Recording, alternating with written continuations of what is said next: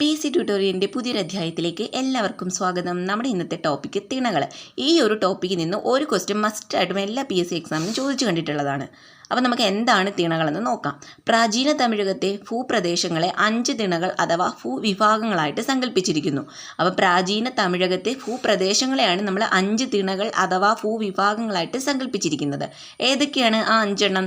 കുറിഞ്ചി, മുല്ലൈ, പാലൈ, മരുതം, നെയ്തൽ എന്നിങ്ങനെ 5 തിണകളാണുള്ളത്. അപ്പോൾ ഈ കുറിഞ്ചി എന്ന് പറയുന്നത് ഈ പർവ്വത പ്രദേശങ്ങളെയാണ്. പർവ്വത പ്രദേശങ്ങളെ പറയുന്നതാണ് കുറിഞ്ചി എന്ന്. അപ്പം മുല്ലൈ എന്ന് പറയുന്നത് എന്താണ്? കുന്ന്, പുൽമേട്. അപ്പോൾ ഈ കുന്ന്, പുൽമേട് ഇതുപോലെയുള്ള സ്ഥലങ്ങളെ പറയുന്ന ഈ പ്രദേശങ്ങളെ പറയുന്നതാണ് മുല്ലൈ എന്ന് പറയുന്നത്. അടുത്തത് പാലൈ. പാലൈ എന്ന് പറഞ്ഞാൽ മണൽ കലർന്ന പാഴ്പ്രദേശം.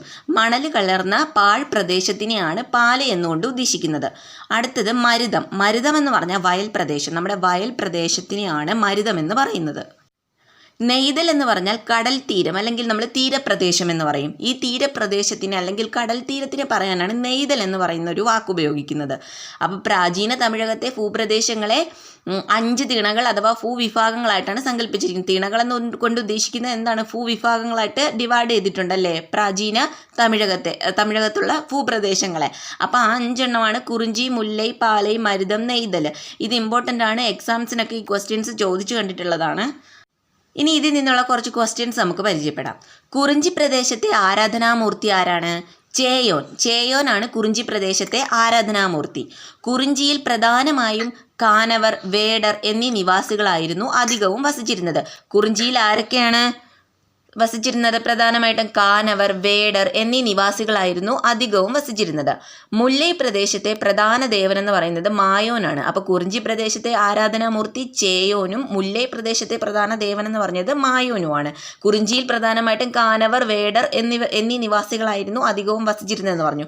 അതുപോലെ തന്നെ ഇടയർ, ആയർ എന്നിവർ മുല്ലൈ പ്രദേശത്തിലെ നിവാസികളായിരുന്നു. പാലൈ പ്രദേശത്തെ പ്രധാന ആരാധനാമൂർത്തി എന്ന് പറയുന്നത് കൊറ്റവയാണ്. പാലൈ പ്രദേശത്തെ പ്രധാന ആരാധനാമൂർത്തി എന്ന് പറയുന്നത് ആരാണ്? കൊറ്റവയാണ്.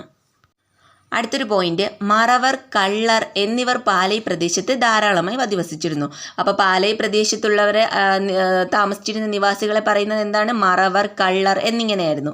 മരുതം തിണയിലെ പ്രധാന ആരാധനാമൂർത്തി എന്ന് പറയുന്നത് വേന്തനാണ്. മരുതം തിണയിലെ പ്രധാന ആരാധനാമൂർത്തി വേന്തൻ. ഉഴവർ, തൊഴുവർ എന്നിവർ ധാരാളമായി വസിച്ചിരുന്ന തിണയാണ് മരുതം തിണ. ഉഴവർ, തൊഴുവർ എന്നിവർ ധാരാളമായി വസിച്ചിരുന്ന തിണയാണ് മരുതം തിണ. അതുപോലെ തന്നെ മരുതം തിണയിലെ പ്രധാന ആരാധനാമൂർത്തി ആരായിരുന്നു? വേന്തൻ.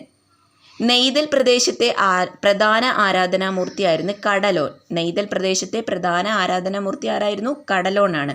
നെയ്തൽ പ്രദേശത്തെ ജനങ്ങളുടെ പ്രധാന തൊഴിലെന്ന് പറയുന്നത് എന്താണ്? ഉപ്പ് നിർമ്മാണം, മീൻപിടുത്തം, മുള്ളുവാരൽ. നമ്മൾ പറഞ്ഞു നെയ്തൽ പ്രദേശം എന്ന് പറഞ്ഞാൽ എന്താണ്? തീരപ്രദേശം അല്ലെങ്കിൽ കടൽ പ്രദേശത്തിനെയാണ് നെയ്തൽ പ്രദേശം എന്ന് പറയുന്നത്. അപ്പോൾ അവിടെയുള്ള ജനങ്ങളുടെ പ്രധാന തൊഴിൽ എന്തായിരിക്കും? നമുക്കറിയാലോ, ഉപ്പ് നിർമ്മാണം, മീൻപിടുത്തം, മുള്ളുവാരൽ ഇതൊക്കെയായിരുന്നു അവിടുത്തെ പ്രധാന തൊഴിൽ. നെയ്തൽ പ്രദേശത്തെ പ്രധാന നിവാസികൾ ആരൊക്കെയായിരുന്നു? പരതവർ, ഉപ്പവർ, മീനവർ, വലയർ എന്നിവരായിരുന്നു നെയ്തൽ പ്രദേശത്തെ പ്രധാന നിവാസികൾ. അപ്പോൾ ഇത് മസ്റ്റായിട്ടും പഠിക്കേണ്ട ഒരു ടോപ്പിക്കാണ്. ഈസി ആയിട്ട് നമുക്ക് 1 മാർക്ക് നേടിയെടുക്കാൻ പറ്റും. കാരണം ഒരു കുഞ്ഞു ടോപ്പിക്കാണ്. വളരെ ചെറിയ ക്വസ്റ്റ്യൻസ് മാത്രമേ പഠിക്കാനുള്ളൂ. നമുക്കറിയാം, നമ്മൾ കടലോളം പോയിന്റ് പഠിച്ചാൽ മാത്രമേ നമുക്ക് 1 മാർക്കും 2 മാർക്കൊക്കെ ഈസി ആയിട്ട് ഒരു ടോപ്പിക്കിൽ നിന്ന് നേടിയെടുക്കാൻ പറ്റത്തുള്ളൂ. പക്ഷേ ഈ തിണകളെന്ന് പറയുന്നത് വളരെ ചെറിയൊരു പോർഷനാണ്. പെട്ടെന്ന് തന്നെ നമുക്ക് മാർക്ക് നേടിയെടുക്കാൻ പറ്റും. അപ്പോൾ ആരും ഇത് മിസ്സാക്കരുത്. അപ്പോൾ വീഡിയോസ് എല്ലാവർക്കും യൂസ്ഫുൾ ആയിട്ടുണ്ടെങ്കിൽ ലൈക്ക് ചെയ്യുക, ഷെയർ ചെയ്യുക, കമൻറ്റ് ചെയ്യുക. കൂടുതൽ വീഡിയോസിനായിട്ട് ചാനൽ ഒന്ന് സബ്സ്ക്രൈബ് ചെയ്ത് സപ്പോർട്ടും കൂടി ചെയ്യുക.